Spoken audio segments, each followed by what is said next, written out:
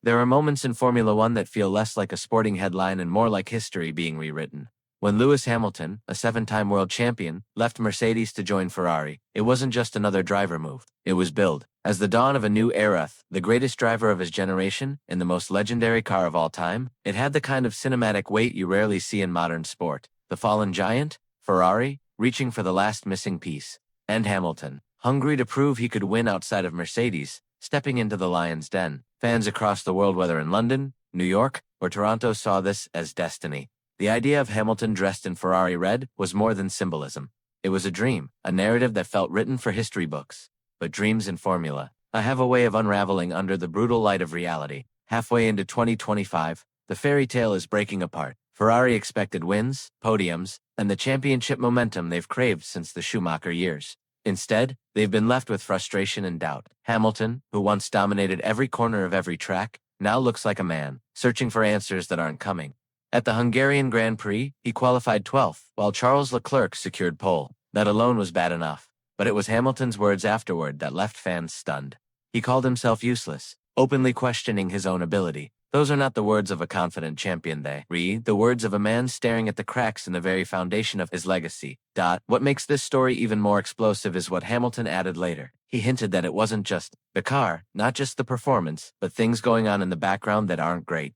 That single line was enough to ignite speculation across the paddock. Formula One thrives on whispers, and those whispers are now swirling around. Ferrari like a storm, politics, internal clashes, a mishmash of culture suddenly. The story isn't about lap times, it's about survival. And when Hamilton's future becomes a question mark, Ferrari's entire strategy for the coming years is thrown into chaos. On paper, Hamilton is contracted through 2026, with an option to extend into 2027. That sounds secure, but the fine print tells a different story. The option belongs to Hamilton, not Ferrari. That means if he decides this partnership isn't working, he can walk away, leaving Ferrari scrambling for a replacement. And that possibility, once unthinkable, now feels very real. Because when a champion like Hamilton starts voicing doubts, this early, it's never just about frustration after one bad weekend. It's usually the beginning of something bigger, and here's where the twist comes in. If Hamilton decides he's had enough, Ferrari won't just need a driver, they'll need a savior. And according to former F1 driver Johnny Herbert, the man best positioned for that role is none other than Carlos Sainz, the very driver Ferrari pushed aside to bring Hamilton in.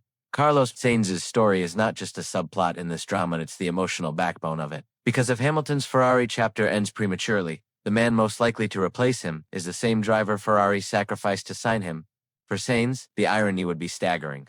He spent years proving himself in Maranello for victories, countless podiums, and most importantly, a steady consistency that kept Leclerc honest. Sainz wasn't always the headline-grabbing driver, but he was reliable, resilient, and relentless. He gave Ferrari the kind of balance they needed, an anchor during turbulent years. And yet, when Hamilton became available, Sainz was discarded. Without hesitation, what made it even more brutal was the way it happened. Sainz revealed later that he had been in active negotiations with Ferrari since October 2023. Convinced a renewal was coming, he was training, preparing, investing himself fully in the project. Then came the bombshell. Not from Ferrari's management, not from team principal Fred Vasseur, but from a friend, a casual phone call. Lewis is replacing you. That was it. No explanation, no respect for his years of service. Just a cold, abrupt ending. For a driver who had fought tooth and nail to establish himself among the elite, it was a crushing betrayal. But Sainz is not the kind of driver who sulks. He signed with Williams, a team still rebuilding its identity, and threw himself into the midfield battle. The results haven't been spectacular. Williams simply doesn't have the machinery to compete with Red Bull, McLaren, or Ferrari. But what Sainz has shown is his trademark resilience. He's kept his head down, avoided controversy, and kept working. Deep down, though, he knows the story isn't finished. His contract with Williams runs through 2026. But insiders confirm there's an escape clause if a top team comes knocking. And if Ferrari's Hamilton experiment collapses, that knock could come sooner than anyone expected. Johnny Herbert certainly thinks so. He's been vocal about it, calling Sainz the perfect replacement should Ferrari and Hamilton split. His reasoning is simple. Sainz knows Ferrari. He understands the culture, the politics, the pressure. Unlike Hamilton, who is struggling to adapt after nearly 2 decades in Mercedes' cocoon, Sainz has built his career on adaptation. Toro Rosso, Renault, McLaren, Ferrari, Williams, he's moved through them all. Learning, adjusting, surviving. He doesn't need 5 races to find his rhythm. He already knows where the cracks in the Ferrari system lie, and he already knows how to extract performance from their car. In many ways, he would be walking back into familiar territory with unfinished business. For Ferrari, the choice would also make sense. Bringing Sainz back would not only stabilize the team but also help repair their image after the PR disaster of how they handled his exit. It would send a message that Ferrari values loyalty, that they can admit when a gamble didn't pay off, and that they're willing to make things right. And for fans, the narrative would be irresistible. The driver cast aside in favor of a legend, returning to reclaim his seat when that legend falters. It's not just a comeback, it's the kind of redemption story Formula One lives for. But to fully understand why Hamilton is struggling at Ferrari while Sainz remains a viable alternative, you need to look deeper beyond lap times, beyond qualifying results, into the culture of the sport itself. Formula One is not just about driving fast. It's about adaptation, about fitting into an environment that is as political as it is technical. And this is where Hamilton's move has revealed cracks. For nearly 18 years, Hamilton lived in the Mercedes bubble, from his McLaren Junior days, where Mercedes powered his rise, to his golden era in Brackley. Everything about his career was shaped by that system. The engineers, the culture, the philosophy. It was a seamless ecosystem built around him. He didn't just race for Mercedes, he embodied Mercedes.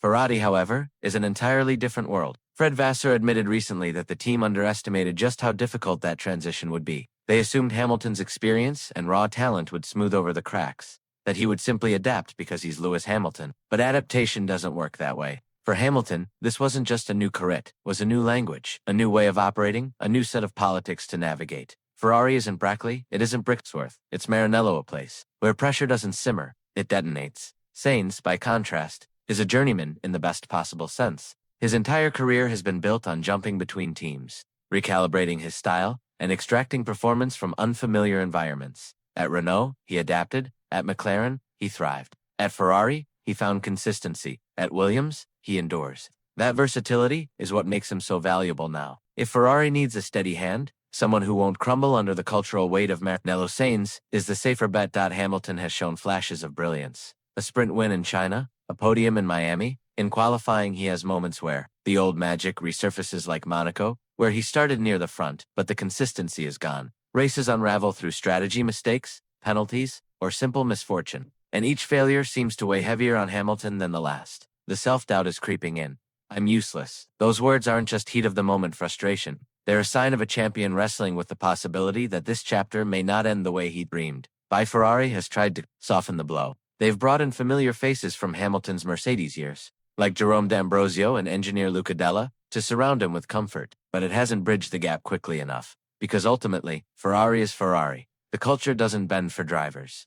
Drivers bend to the culture. And if Hamilton can't adapt, Ferrari may decide they can't wait any longer. What makes this situation even more volatile is timing, because 2025 isn't just another season, it's the staging ground for the 2026 regulation overhaul. Every team knows that what they build now will define the next era of Formula One. For Ferrari, the stakes couldn't be higher. They didn't just sign Hamilton to win races. They signed him to lead development, to shape the team for the future. But how can he be that leader if he hasn't even found his footing in the present? If Ferrari senses that Hamilton isn't fully invested, or worse, that he's already thinking of walking away, then they can't afford to waste precious time. They need a driver who will commit fully to the grind, who will live and breathe Ferrari as they prepare for 2026. This is why Sainz suddenly looks like more than just a fallback option. He represents continuity at a time when Ferrari desperately needs stability. He knows the car, he knows the engineers, he knows the politics. Most importantly, he has something to prove. For a driver, that hunger is fuel, and Sainz would be overflowing with it if Ferrari gave him a second chance. Imagine the energy he'd bring to Maranello, the determination to show the world that he never should have been cast aside. That's the kind of motivation that can ignite a team. The fans, too, would rally behind it.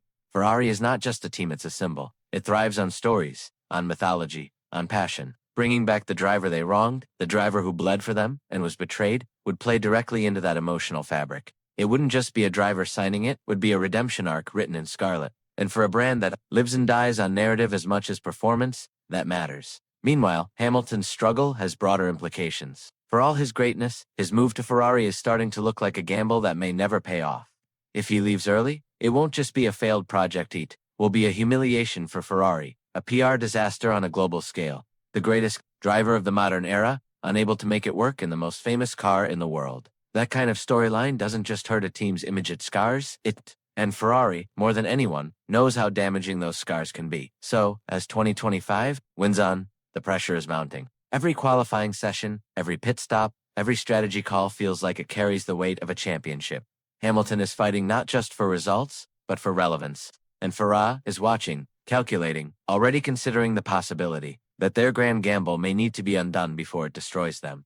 Which brings us to the heart of the matter. Are we witnessing the unraveling of one of the biggest driver moves in Formula One history before it ever truly began? Or is this simply the painful adaptation period that Hamilton will eventually overcome?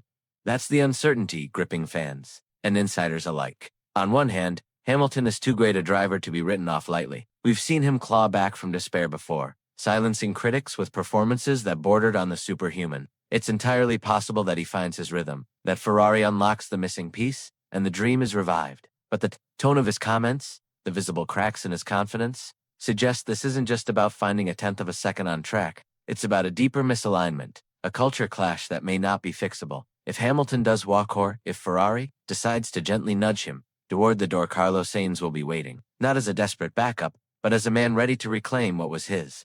His exit from Ferrari was cruel, but fate may offer him a chance to return not as the expendable number 2, but as the driver who steadies the ship when the legend falters. And if that happens, it will be one of the most dramatic storylines Formula One has seen in years. The fallen knight returning to his kingdom, not to serve, but to lead. The irony, of course, is that Ferrari may end up back where they started. They traded stability for a gamble on greatness. If that gamble collapses, they'll return to the very driver they discarded, humbled and wiser. It would be a reminder of what this sport so often teaches, that even the biggest names, the most iconic moves, can fail. And sometimes, the driver you underestimated is the one you needed all along. For now, the Ferrari garage remains the most volatile place on the grid. Hamilton's frustration is bubbling into the open. Leclerc continues to deliver flashes of brilliance, keeping the Scuderia competitive but not dominant. And behind the scenes, conversations are surely happening. Quiet, careful, but impossible to ignore. If results don't improve, if the tension keeps growing, then by the end of this season we may see one of the most stunning U-turns in Formula One history.